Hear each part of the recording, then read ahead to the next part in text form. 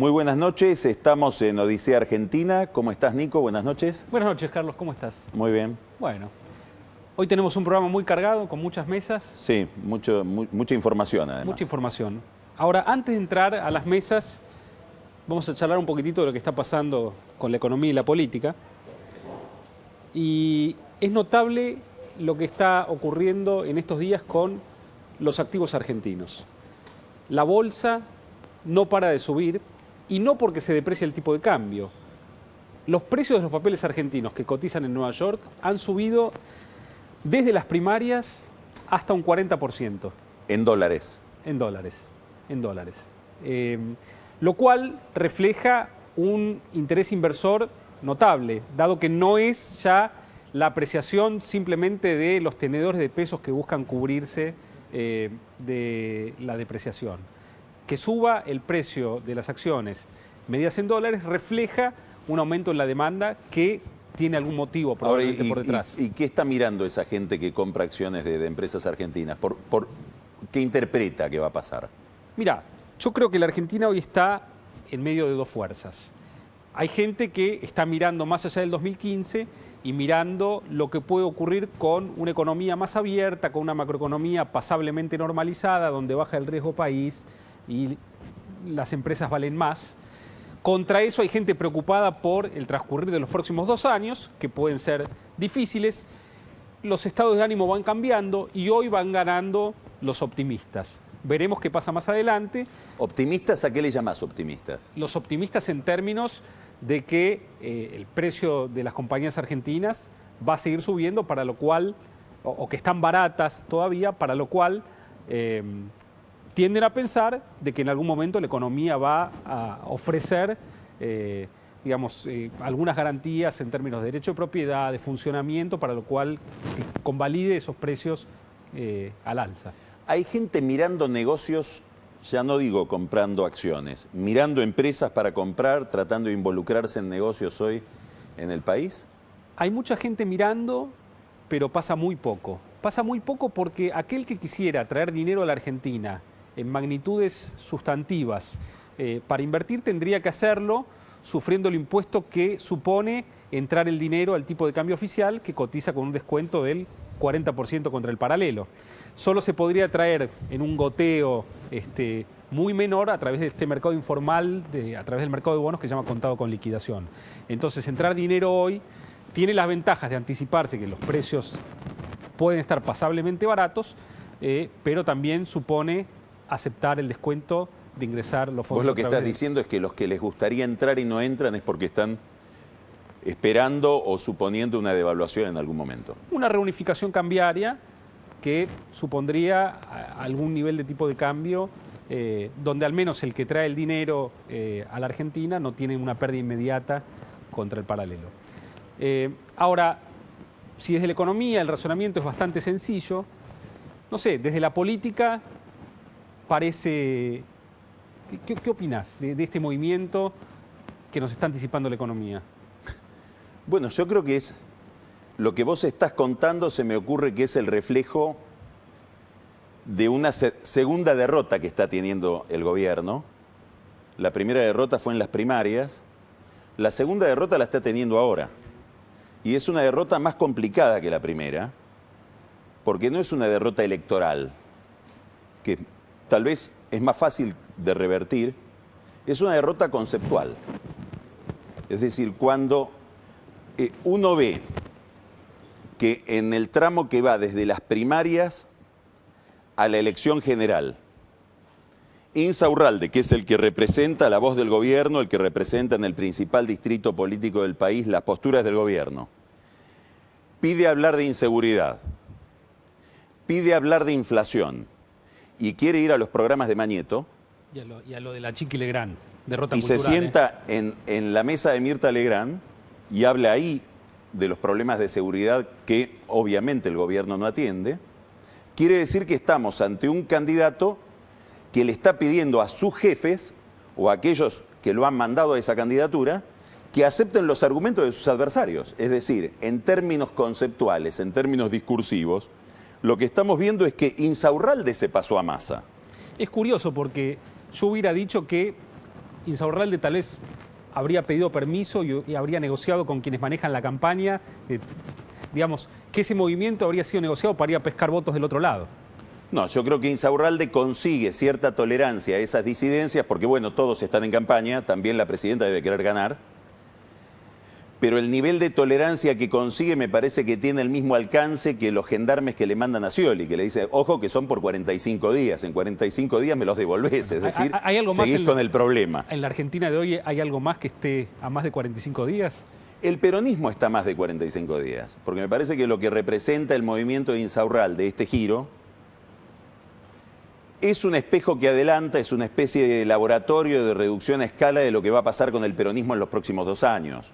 Muy interesante. Todo el peronismo va a empezar a querer distanciarse de un gobierno que no le da una salida o una estrategia inteligente para salir de la decadencia electoral.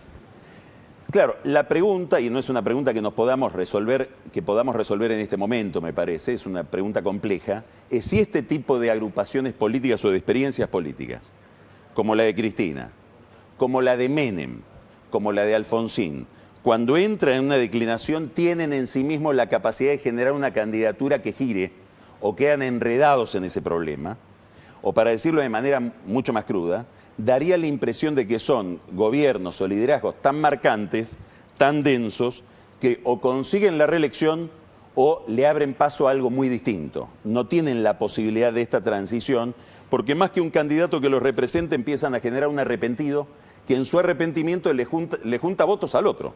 Digamos, si yo veo que Insaurralde pide hablar de inseguridad y de inflación, voy a votar cualquier otra opción menos la del gobierno. Bueno, claro. Pero me parece que nos estamos yendo por las ramas. Sí, vamos a hablar de estos temas con alguien que entiende más que nosotros de cómo funciona el peronismo y cómo son estas transiciones, que es Felipe Solá. Y después vamos a hablar de un tema de los que, bueno, ya he hecho alguna mención, que es la cuestión de la inseguridad, en una mesa que va a ser muy entretenida porque vamos a reunir a un teórico, que es Ernesto Jadrowski, a quien vos conocés muy bien, es el rector de la Universidad de Itela, y a un práctico, que es un comisario, el comisario Barata, que ha pasado toda su vida metido en el tema de la lucha contra el delito. Vamos a ver qué sacamos de la confrontación de ideas entre ellos dos. Pero vamos a hablar con Solá. Vamos a hablar con Felipe. ¿Qué tal, Felipe? Buenas. ¿Cómo le va? ¿Qué tal? Muchas gracias por venir. ¿Bien? Muy bien. Muy bien. Muchas gracias por invitarme. ¿Cuándo te hiciste peronista vos, Felipe? En ¿Cómo fue? 1968, a los 18 años. Vos no venías de una familia peronista. No, yo soy sobrino de un político conservador, González Vergés, que se murió este año, de casi 100 años. Y mi familia fue profundamente antiperonista en los 50, es decir, festejó el 16 de septiembre. Mi padre fue nombrado juez en noviembre del 55. Se había quedado sin trabajo en el Estado como abogado porque no se puso luto en el 52. Así que todo lo que decís hasta casi parece... La clásica, sí. Pero ¿qué pasa? Si vos ¿cómo fue la anécdota por la cual te hiciste peronista? Porque yo estaba en Nacional de Buenos Aires y había una norma, una lógica que era ser de izquierda. Podía ser de izquierda del PC, de la Federación Juvenil Comunista, podía ser de izquierda libre pensador como era yo. Y además estábamos muy influidos por cosas como la de 1967, en quinto año, un año antes de irnos, pues nos fuimos después de 6 años, la muerte de Guevara. Y la muerte de Guevara impactó muchísimo. ¿Estabas en quinto año? Estaba en quinto año y bueno, y era de izquierda. Ahora me di cuenta después de un tiempo que todo ese ambiente de izquierda que Buenos Aires tuvo en los años 60 y que se mezclaba con una nueva frivolidad también, con el Itela, con los cafés concert, todas esas cosas que aparecieron en esos años de Onganía, no tenían mucho que ver con la actividad política profunda, más que con una especie de pose de clase media que quería superar otros problemas por ese medio, y que lo verdaderamente molesto en serio, era el peronismo. Y yo tenía un sentimiento nacional muy acendrado y me convencía mucho más cualquier cosa endógena, surgida adentro, que exógena. Entonces, si bien el espíritu del Che y todo eso me influía mucho, la fuerza que había, la fuerza juvenil, la entropía que había dentro el peronismo me atrajo mucho. Y entre tus compañeros del Lo que yo colegio, quería esa hacer era lío. la... Yo quería hacerlo con el Papa, hice hacer lío, queríamos hacer lío en serio. Pero, ¿y tus Queríamos hacer compañeros lío. del colegio tomaron la misma dirección o había más compañeros tuyos del Buenos Aires que estaban, por ejemplo, en el Partido Comunista, en agrupaciones de izquierda? La lógica era ser de la Federación Juvenil Comunista si Ajá. estaba monopolizado. Había gente no politizada, pero también surgieron montoneros de ahí. Claro. Sí, sí. Los montoneros salen de ahí, eran 2 años mayores que yo, la camada de Firmenich y Valmedina. Salen a la tarde, el turno tarde, igual que nosotros, pero sobre todo Firmenich, me acuerdo de haberlo visto muchas veces, y después se recibieron en el 66. Y la sorpresa mía cuando vi las fotos del tema Aramburu, dije, estas caras las conozco todas. Pero no llegué yo a militar con ellos, porque ellos se desconectaron de eso. A la luz de toda esta experiencia adquirida ya hace varias décadas, ¿Sí? esta capacidad que tiene el peronismo para cambiar de piel, ¿cómo la evaluás? ¿Hasta dónde es un mérito, hasta dónde es un karma o un vicio? Hay un filósofo que es muy peronista, ya me voy a acordar cómo se llama. Barrio Nuevo. Barrio Nuevo. No, un filósofo de los que estudia, etcétera. Un teórico también, en el buen sentido de la palabra, que dice que el peronismo es un gran movimiento de supervivencia nacional. Se podría hacer el fácil chiste de supervivencia de los peronistas o de la nación. Sí. Pero la idea no es mala.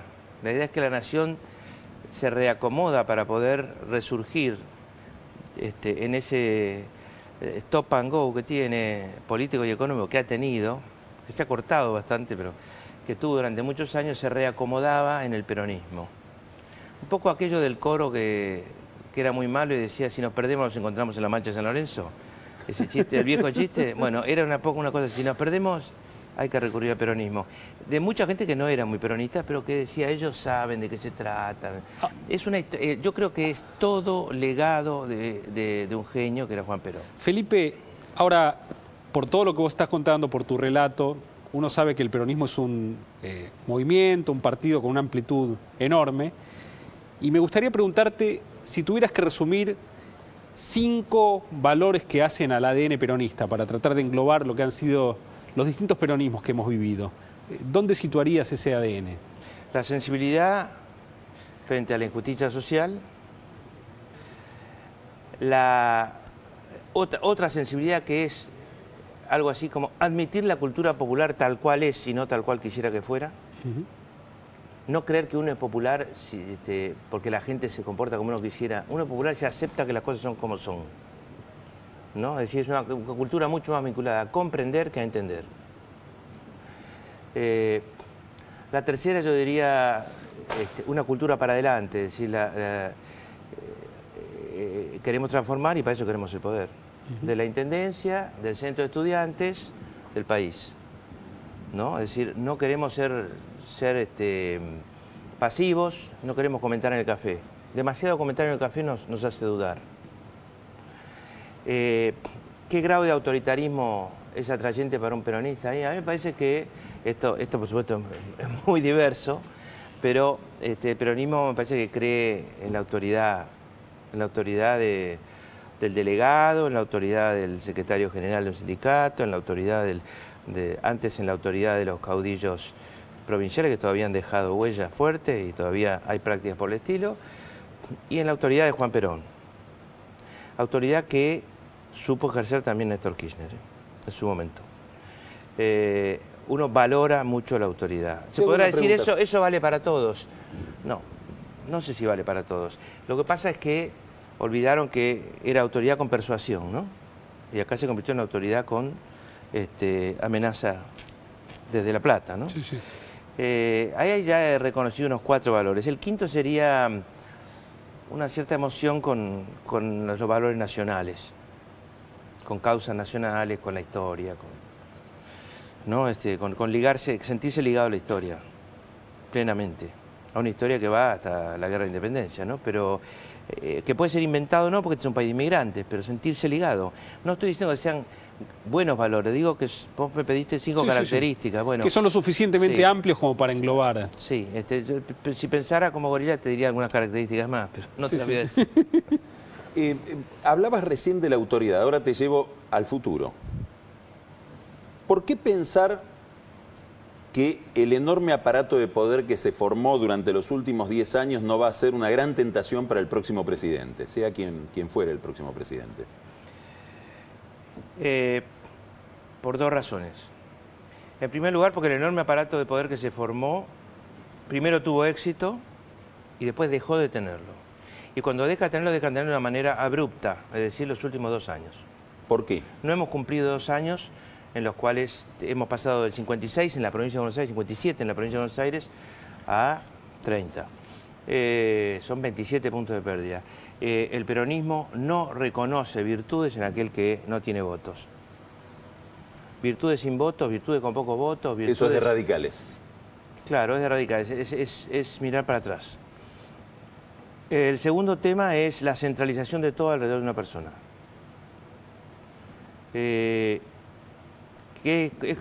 Digamos, sirve pragmáticamente para que las órdenes de arriba lleguen abajo rápidamente y se cumplan. El peronismo ha tenido, este cristianismo ha tenido una enorme velocidad de respuesta, por ejemplo, en la disciplina de sus bloques partidarios, Senado y diputados, y en la disciplina de muchos gobernadores. ¿Como no la habías visto antes, por ejemplo, con Menem? No, las cosas eran mucho más conversadas con Menem.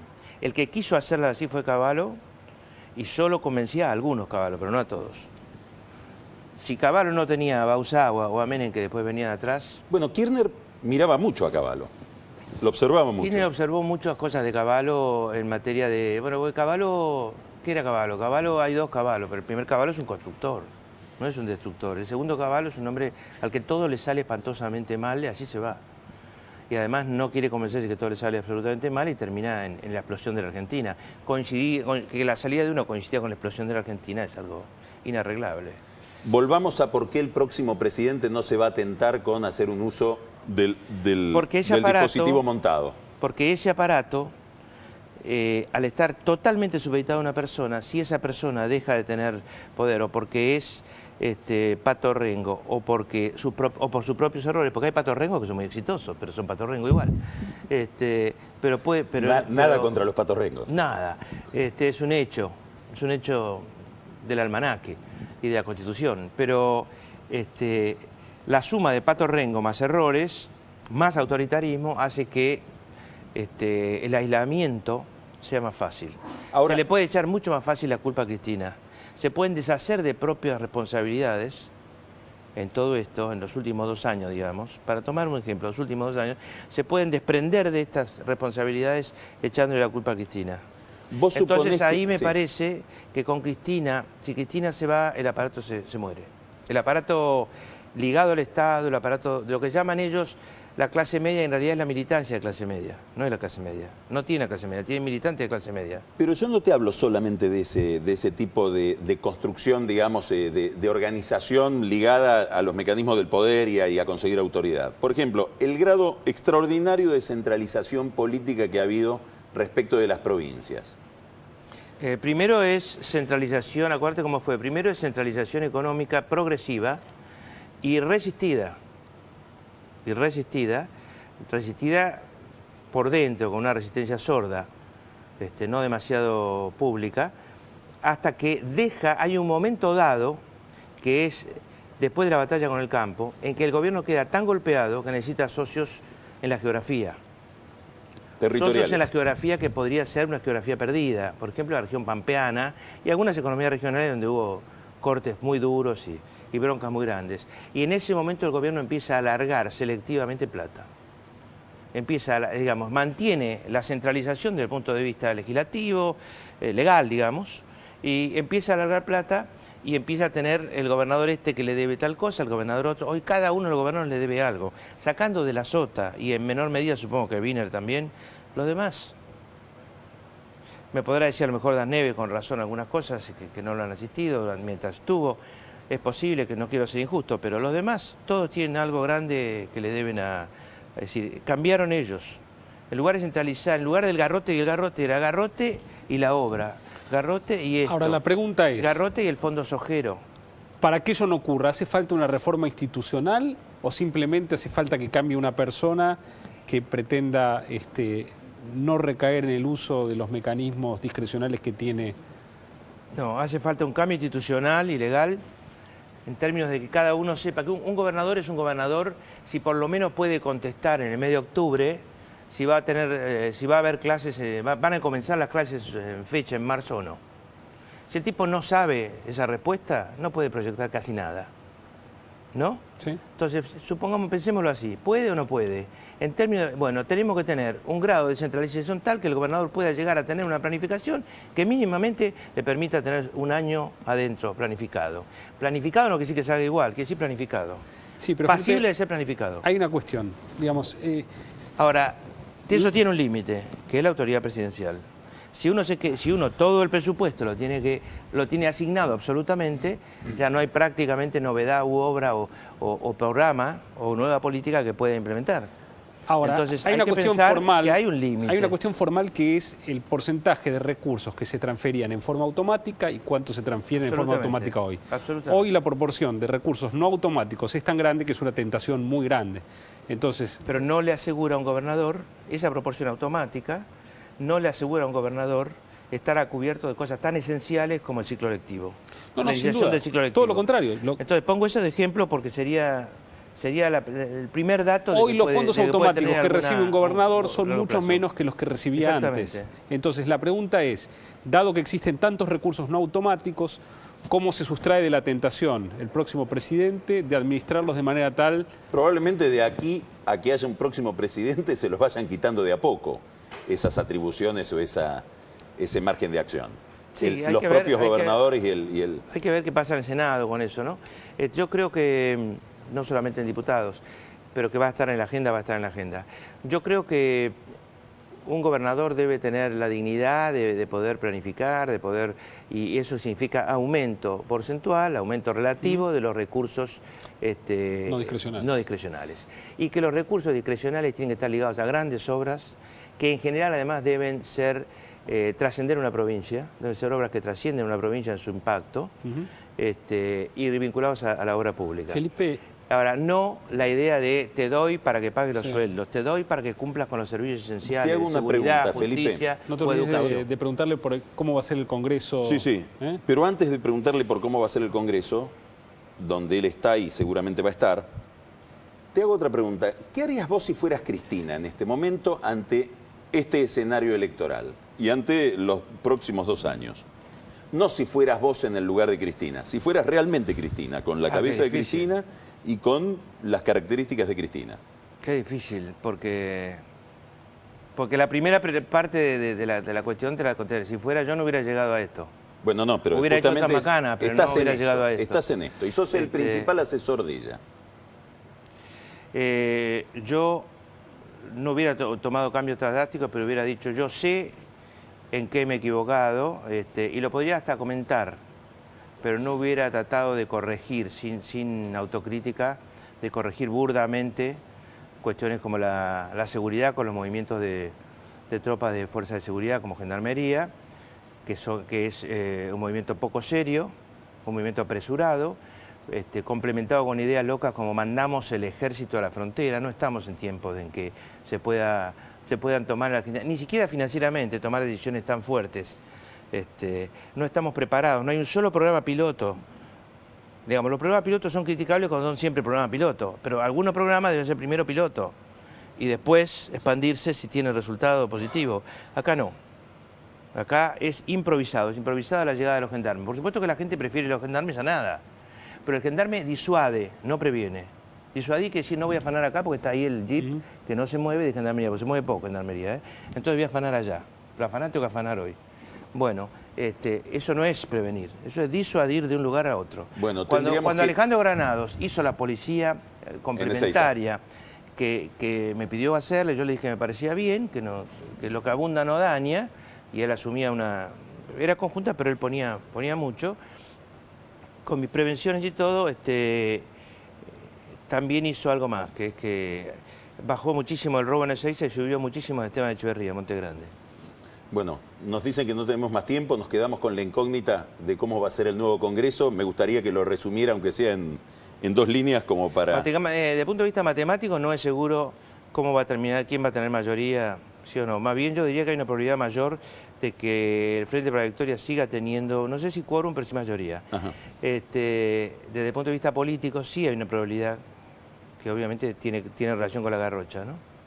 De que cambie el Congreso. Y en ese caso, ¿quién tiene que presidir la Cámara de Diputados? ¿El oficialismo o la oposición? La idea es esta. En primer lugar, que la gente, decirle a la gente que uno está en una elección buscando un cargo como el de la presidencia de la Cámara de Diputados es muy negativo. Da la impresión de que la gente piensa en términos de reparto de cargos, de canonjías, etc. Segundo, digamos, la Constitución no dice nada de quién tiene que ser el presidente de la Cámara, tiene que ser el que más elegido por los diputados. Tercero, yo goberné la provincia de Buenos Aires desde el 3 de enero del 2002, que estaba en llamas, con el presidente de la Cámara de Diputados de la Alianza, hasta el 10 de diciembre del 2003. Bueno, ya contestaste entonces. Muchas gracias. Muchas gracias, Felipe. Gracias a ustedes. En el próximo bloque vamos a hablar de seguridad con Ernesto Jagroski y con el señor Salvador Barata.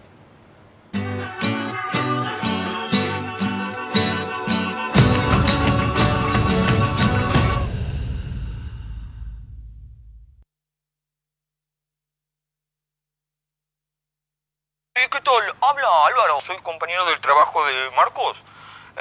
La verdad que sé que no debería meterme, pero bueno, lo veo tan bajoneado que pensé quizás si usted no querría devolverle el DVD, como para que vea alguna película. Sí, Álvaro, encantada. Dígale que venga cuando quiera, así aprovecha a llevarse la colección de latitas, que se la acabo de sacar a la vereda. ¡Mis latitas! Claudia, ojo con la de Guaraná. ¿Se abolló la de Guaraná? Ok. ¿Vos querés que sea así? Uso, quiero viajes, me hago una escapada a Brasil y la consigo. ¿Estás ahí? El mundo necesita compartir más momentos mágicos. Vivilos con Arcor. ¿Están contentos con el hermanito nuevo?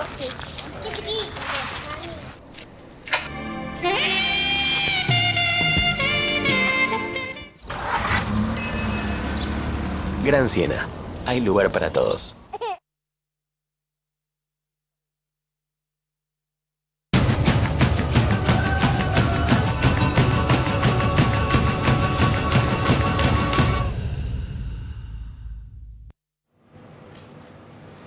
Bueno, vamos a hablar un poquito de seguridad y para eso tenemos a 2 invitados que nos van a aportar muchísimo de 2 lugares distintos. Desde la teoría y desde la academia, Ernesto Jagroski, que es rector de la Universidad de Itela, y Salvador Barata, policía de profesión, con experiencia, que nos va a contar desde vivencias muy personales la cuestión de la seguridad. Entonces, me gustaría empezar pidiéndole a Ernesto que nos cuente en un minuto y medio, cómo está la Argentina hoy en términos de delito en relación a la región, a otros países del mundo y también en términos de la evolución. ¿Estamos peor que hace unos años, mejor, igual? ¿Qué ha cambiado? Mira, si tenemos que hacer una mirada de mediano plazo, largo plazo de los últimos 25 años, creo que se resumiría en que nos hemos latinoamericanizado en términos de inseguridad.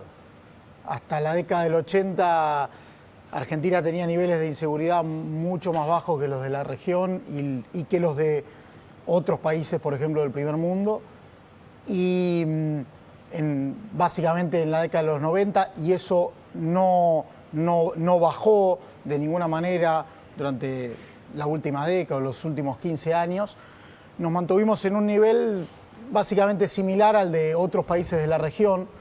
En las encuestas de victimización que hacemos en la universidad, tenemos muy estable aproximadamente 1/3 de los hogares reportando haber sido víctimas de un delito, algún miembro de la familia conviviente en los últimos 12 meses, lo cual es un número muy alto.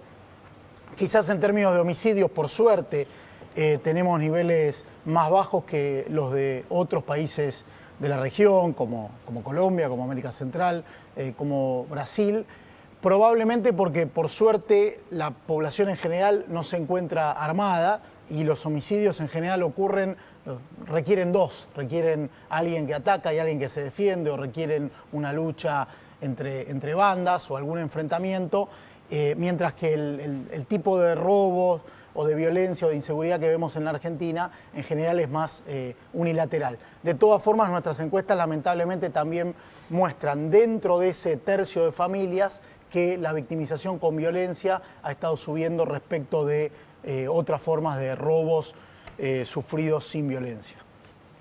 Salvador, ¿qué tenés acá? Producto de un choque en una persecución policial. ¿Te estalló un vidrio? ¿Qué fue? Me estalló un vidrio del parabrisas del móvil. ¿Cómo ves lo que está pasando hoy con la seguridad en la provincia de Buenos Aires? ¿Ha habido novedades en los últimos días? No, yo creo que en los últimos días se mostró el fracaso de una gestión. Hace 4 años unificamos un ministerio y ahora lo volvemos a dividir. Con un problema. Al gobernador le quedan 2 años nada más para solucionar los 4 años de esa unificación ministerial que hubo, ¿no? Entonces vamos contra reloj, con una institución policial mal parada frente al delito, y no mal parada por sus hombres, sino mal parada porque el poder político no le dio el lugar a esa institución que le tenía que dar. Hoy la policía está en crisis, está con un casi 35% de sus hombres que no trabajan, en carpeta médica o en TNO, que son tareas no operativas. Tenemos comisarios que están llegando al final de su carrera con carpeta psiquiátrica, no van más a trabajar. Cantidad de policías... ¿Por qué sucede eso? Porque no hay premios y castigos en la policía. Hoy en la policía da lo mismo detener que irse a dormir a la casa. Porque este sistema, donde en estos últimos 4 años no hubo junta de calificaciones, no hubo ascenso. ¿Cómo son las remuneraciones en relación a otras fuerzas de seguridad comparables? Y para que tengamos idea, un policía, un agente gana 4.000 pesos. ¿Y un agente de la metropolitana? Y está alrededor de los 8.500. Entonces tenemos cantidad de personal queriéndose pasar a la metropolitana, pero acá el problema es otro. Acá el problema es cuando el policía ya no está orgulloso de su uniforme. Ya no le da tiene orgullo. estímulo. Exacto. Cuando escuchamos un ministro que hace una semana antes de entregar el ministerio, pobremente, como lo acaba de entregar el ministro Casal, sale a decir: estoy muy contento que bajó Gendarmería a la provincia de Buenos Aires. Ministro, hable con el personal. El personal policial es como que el padre de familia diga que está contento que el amante mantiene a la mujer. Es lo mismo. Cuando uno ve que hay un desembarco de otra fuerza en la provincia de Buenos Aires, uno siente herido el orgullo. Y la policía le pasa eso. Si el ministro no se dio cuenta... es por 45 días nomás. Pero ojalá vengan todos a trabajar para que estemos todos más seguros. Pero tenemos que volver a levantar la moral de la policía. Y la moral de la policía se levanta de otra forma, con premios, con castigo, con trabajo, con ministros que aguanten la situación, con ministros que no se van a sacar la foto cuando hay un procedimiento de droga, que se van a sacar la foto cuando está el problema también. Yo le preguntaría al ministro que está saliendo, ¿a cuánto velorio de policía fue? ¿Cuánto velorio de policía fue? Entonces, es muy difícil trabajar en este concepto. Yo lo escuché al intendente Granado, que no tengo duda que es un hombre que va a tratar de darle la impronta que le dio a Ezeiza. Pero ya le están mintiendo, no tiene 58.000 hombres. Si tuviera 58.000, a mí me da la sensación de que la Argentina, la metrópolis, la Ciudad de Buenos Aires, más la provincia, tienen pocos policías. Se ven menos policías que en otros lugares del primer mundo, supongamos. No sé si es una percepción o desde los números también surge que en la Argentina hay pocos policías por habitantes. Y además, ¿qué significa eso? No, eso es así, es relativamente cierto para América Latina y es cierto para Argentina. Sobre todo, por ejemplo, si uno compara con los Estados Unidos. También tenemos en toda la región niveles de inseguridad bastante altos para nuestro nivel de desarrollo económico y niveles de encarcelamiento, tasas de encarcelamiento relativamente bajas. Ernesto, cuando vos desde tu mirador, que es el de un estudioso, ves, inclusive como consumidor, normal de información, las decisiones que toman los políticos y el debate político respecto de la inseguridad en la Argentina. ¿Qué reflexiones te provoca? ¿Qué opinás de lo que sucede en la política con el tema que vos estudiás desde el punto de vista de la economía, de las ciencias sociales?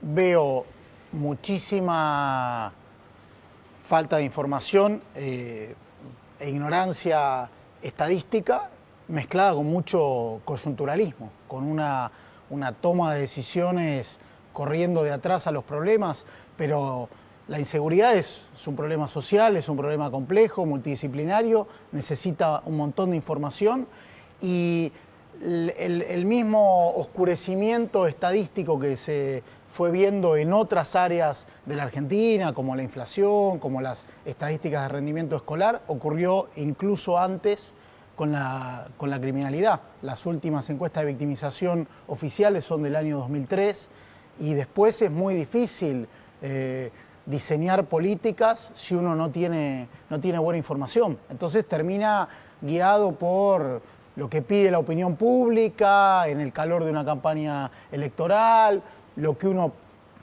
huele que puede funcionar, un prejuicio, pero es una disciplina que requeriría buena información, buenos estudios, mirar relaciones de causalidad para tener decisiones informadas. Y desde la práctica, cuando se miran las decisiones que se toman desde la política, ¿cómo se toman las decisiones? ¿Para qué lado van? ¿Cómo se mira ese proceso? Y nosotros como policía lo miramos mal. Lo miramos mal porque esto es un tablero de ajedrez donde los primeros que se comen son los peones. Los primeros que comemos somos los policías, los primeros que caemos en el tablero de ajedrez. Sin embargo, los policías no participamos en las decisiones de la toma de ninguna política de seguridad. A nosotros nos bajan una política y nos dicen cúmplanla. No nos preguntan si está bien, si está mal, qué opinamos.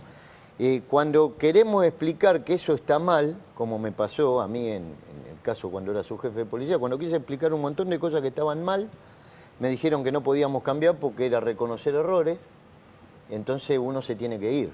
Si tuvieras la posibilidad de tener una conversación con el gobernador de la provincia o con el próximo gobernador de la provincia y tuvieras que sugerirle cuáles son los 3 resortes, 3, que primero hay que tocar para una política de seguridad a largo plazo. Primero que la política de seguridad sea una política de Estado,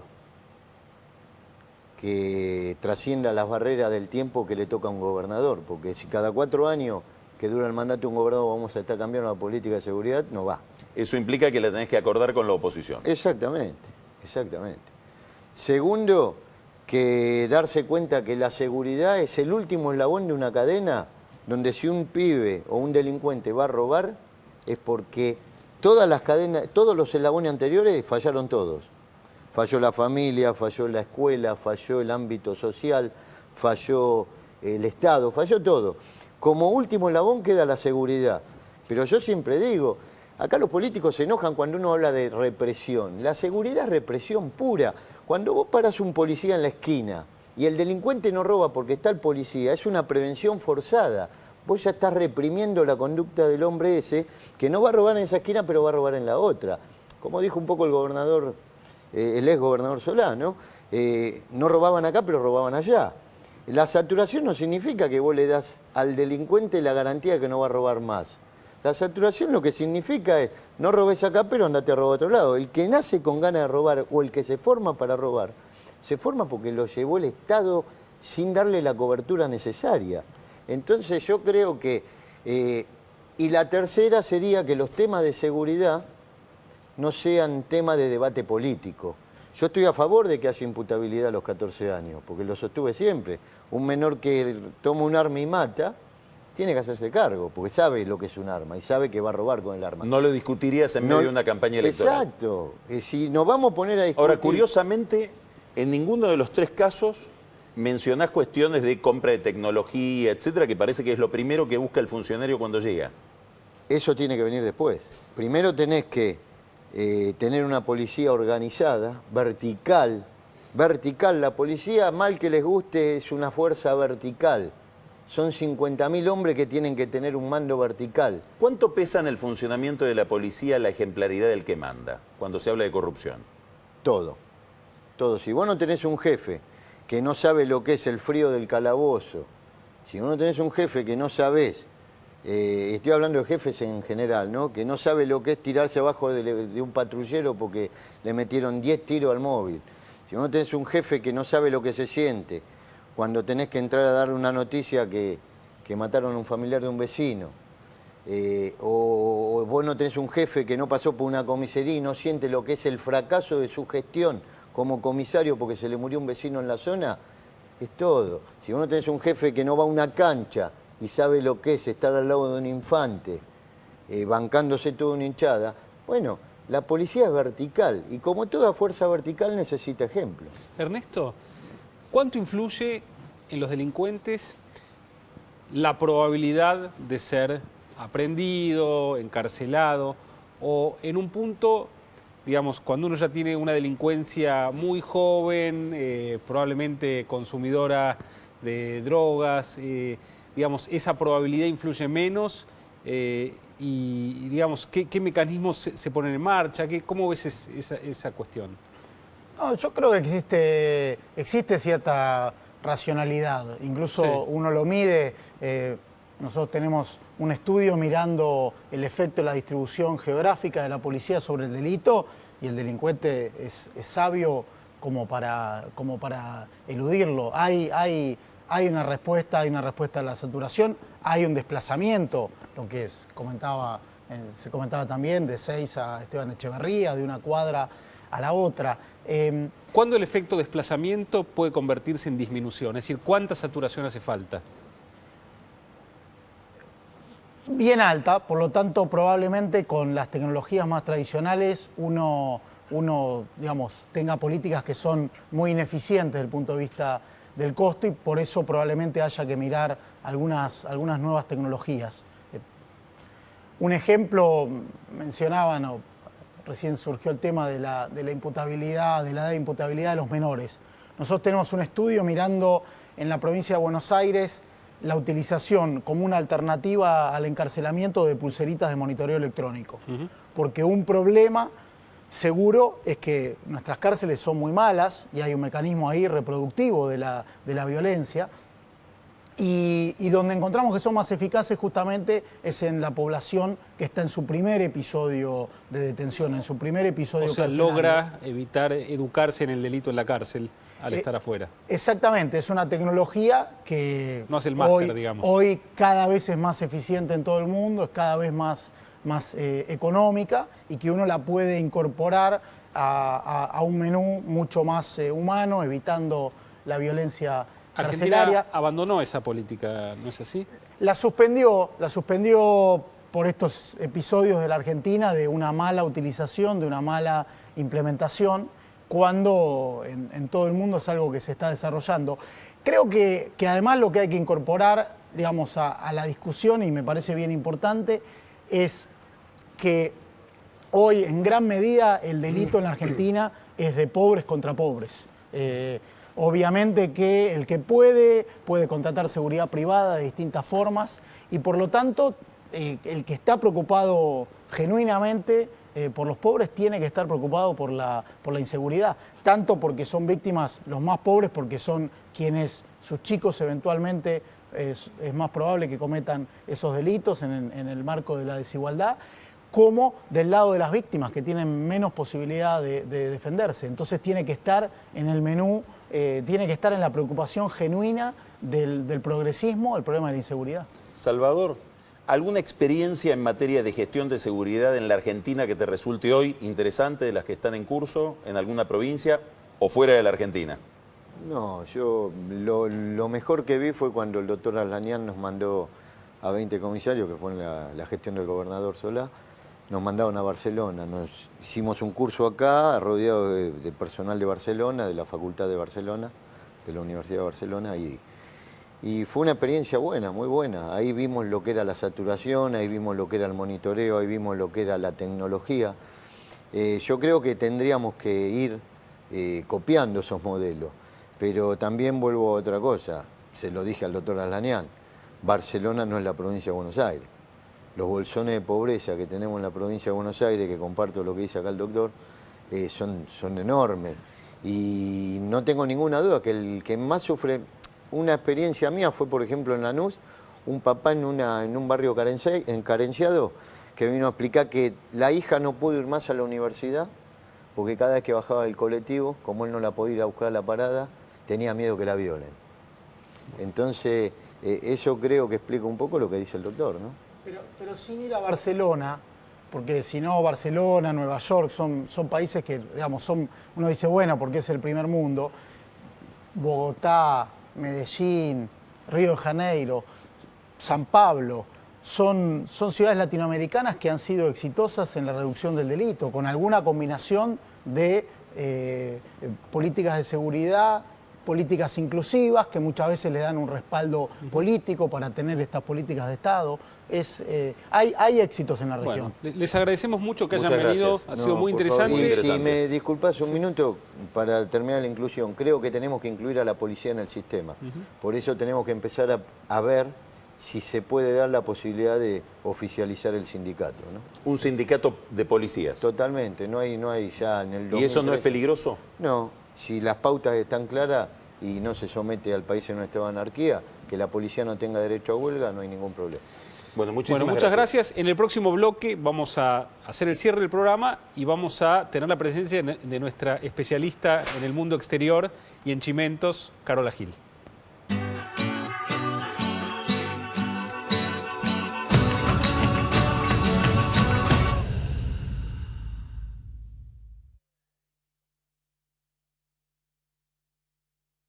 Programa Becas de Integración, BBVA Francés, 7ª edición, por un futuro mejor para todos. Adelante.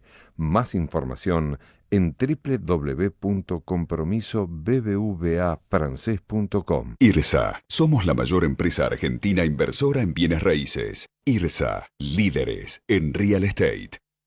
La educación es el eje principal de las acciones de responsabilidad social corporativa de Santander Río. A través de Santander Río Universidades, el banco apoya la educación superior pública y privada. Mondelez International. Creamos deliciosos momentos de alegría. Todos los días disfrutás nuestras marcas: Milka, Oreo, Beldent, Halls, Tang, Clyde, Terrabusi, Cadbury, Mantecol, Cerealitas, Pepitos. Somos líderes mundiales en caramelos, galletitas, chocolates y bebidas en polvo. Estamos presentes en más de 160 países y empleamos a 4.800 personas en Argentina. Mondelez International.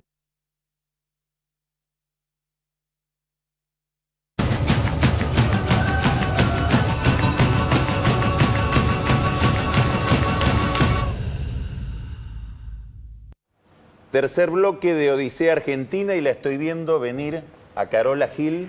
Hola, hola. Que nos va a traer informaciones interesantes. ¿Qué tal, Carola? Espero. Hola, Nico. ¿Cómo estás, Carola? Mira, con cuadernito.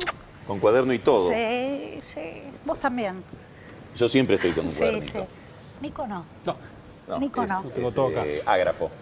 Muy bien. Bueno, les cuento que traigo para hoy. ¿Qué traemos? Una votación. Hay 3, yo les doy a elegir 3, ustedes votan 2. Bueno. Todo no se Muy puede. Bien, mirá qué democrática. La primera, les tiro el título, es Manzanera Chic. La segunda es... Manzanera Chic. Sí. La segunda es Very Difficult, Historia de una traición. Y la tercera se llama Con nombre y apellido. ¿Con cuál arrancamos? Bueno, yo, Manzanera Chic, ya me gustó. Ya te gustó. Me Vamos gustó por también. esa. Y a mí me gustó el 2 también, Very Difficult. Perfecto. Ya está clarísimo, ya votamos. Bueno. Queda la otra para el próximo. Para la próxima, tal Muy vez. Bueno, Manzanera Chic. Parece que el PRO venía un poquito preocupado con la performance del Rabino Bergman en las últimas primarias y venía un poquito detrás de Lilita Carrió, la reina de la Avenida Santa Fe. Cada vez que paso por la Avenida Santa Fe me la encuentro. ¿Te la encontrás? Cada vez. Pensé que vivía en TN, pero bueno. No, también está en la Avenida Santa Fe. ¿Cómo vino, Nico? Yendo hacia TN. La cuestión es que lo que organiza el PRO es esta suerte de sistema de manzaneras, chic, ya dijimos, en barrios así muy... El PRO tiene manzaneras, Sí, tiene como manzaneras. las de Chiche Dualde. Como las que puso Chiche Dualde en su momento. Iguales. Pero, bueno, no No son iguales. ¿Qué reparten? Estas son... Vamos, no sabemos todavía. Lo que sabemos es que convocan a reuniones así en barrios muy top, como Barrio Parque, Recoleta, Barrio Norte. Te diría que no sé cuál es el ingreso per cápita en eso. No cruzan las eras. No, Digamos, y un similar a Luxemburgo, digamos, $60.000 per cápita contra 12.000 de Argentina. Cambio. Ahí se organizan estos encuentros donde a veces invitan a gente a participar y hablar. En el caso del jueves pasado estuvo Federico Sturzenegger. ¿No te venden un Tupperware ya que estás? No, no es una reunión tupper. Yo lo titularía es veladas paquetas políticas. Muy bien. Con champán y alguna alegría. No me invitaron todavía, no me invitaron. Todavía no Cuando estuviste. vaya, Está bien. les cuento. Estuvo Sturzenegger, Sí, hablando de eso, sí. economía. El segundo chisme, el que había elegido Very el difficult. amigo ¿Dónde fue la Nico. última vez? ¿El jueves? ¿Cómo le gusta preguntar? ¿En la casa de quién? No, la casa de quién, no sé. Yo solo Ah. sé que fue en Barrio Parque. Ah, está bien. Ah, Barrio Parque. ¿En qué calle? Juez Tedín. Bueno, muy bien. Ya averiguaremos. Vamos, ya averiguaremos. vamos al próximo, ya averiguaremos. Ahí sube todavía más el PIB per cápita, ¿eh? Pasa a los 100.000. Sí. Le gana a Luxemburgo. El segundo, vamos, que lo tengo, hasta tengo las notitas tomadas por si me olvido de algo. A ver. Este es cómo decidió Scioli que iba, o que no iba en realidad, a traicionar a Cristina. ¿Dónde se resolvió esto? Bueno, Poliarquía, traicionar por a ejemplo. Cristina, a ir con Massa. Traicionar Bueno. a Cristina. Le habrá pedido A ir encuestas con a Poliarquía, Massa. me imagino, ¿o no? ¿Sabes que no? ¿No? Le ¿Sabes preguntó a algún político. ¿Sabes que no? ¿Sabes dónde se resolvió esto? En un picadito así de fútbol en la casa quinta que tiene Scioli. ¿La ñata es? La ñata. La ñata. Allá La en Benavides. ñata invitó a Carlitos Tevez con todo un grupo de amigos Me estás de cargando. Fuerte Apache. Los Piola Vago. ¿Se los llama así? Es el grupo de música de... Mira, no sabía de esa Tevez. parte. Sí. ¿Cómo aprendo con Nico? La cuestión es que en el picadito de fútbol parece que... Futsal, que es la especialidad de Scioli. Otro Sí, que sí, sabe. claro. Una de las Aprendo. especialidades. La principal. Ah, bueno. Y lo que hizo Scioli ahí fue preguntarle a Carlitos, ¿qué te parece si me enfrento a todo este asunto? Y Y parece él le que dijo, "Very Carlitos le difficult". dijo, Ah, no, no le dijo, para "Very adelante, difficult". anda para adelante, y el resto del plantel dijo lo mismo. Así que... Pero no, consultó al resto del plantel también para a todos tomar los una amigos decisión de Fuerte semejante. Apache. Así que ya saben, Macri lo tiene a Durán Y Barba. que lo asustaron. Y Scioli a Very Difficult. Sí, después Porque retrocedió. no Y yo le llevó la punta. creo que midió la verdadera dimensión de lo que implicaba su jugada y retrocedió. Bueno, Carola, basta porque nos vas a complicar la vida a todos. Los dejo. Muchas gracias, Chao. muy interesante. Nos vemos la semana que viene. Nos vemos la semana que viene. Hasta luego. Fantástico. Nico, Carlos, terminando ya el programa, el momento del whisky. el momento del whisky, acá está, parece vodka. Bueno, salud. Salud. Hoy hubo una novedad que cayó muy mal en el sindicalismo, fue la muerte de Oscar Lescano. ¿Lo conocías a Alex? Sí, mucho, lo conocí y lo traté a lo largo de muchísimos años. Era un personaje muy interesante, inteligentísimo, un tipo de una enorme calidez y un poco insólito también porque tenía una especie de sinceridad brutal que lo llevó a lo largo de su vida a meterse en muchos problemas, sobre todo con el periodismo. Sí. Y recuerdo, bueno, muchas anécdotas de él bastante risueñas. Era un tipo crucial en el momento actual, porque era una especie de intercomunicador entre distintos sectores de la CGT. Y entre las cosas que recuerdo de Lescano, la más increíble es una tapa de página 12 en la época de Menem, cuando él era secretario general de la CGT. La tapa de página 12 con ese formato de pantalla de TV, aparecía solamente la cara de Lescano. Y abajo un título que decía, este turco nos va a cagar a todos. Refiriéndose obviamente al único turco del que se hablaba en aquel momento, que era Menem. Dentro de algunos programas ya me lo vas a hacer con la voz de él y todo. Ahora todavía no te animás. No, el título no tenía la voz de él. Claro. La voz de él aparece cuando hablamos por teléfono ese día y le digo, negro, pero ¿qué hiciste? ¿Qué hice con qué? Bueno, la tapa de página 12. Me sacaron de contexto.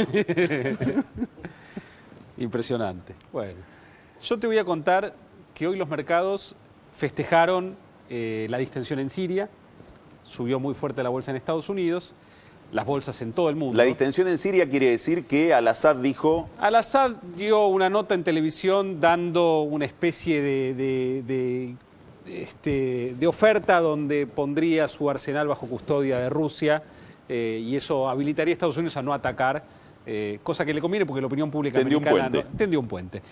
Los mercados festejaron y para entender por qué, si hubiera habido un ataque sobre Siria, hubiera subido el precio del petróleo, que actúa como un impuesto de los países productores hacia los países no productores, con la salvedad de que esos países productores no se gastan ese aumento transitorio del aumento de la suba del petróleo, porque saben que después baja.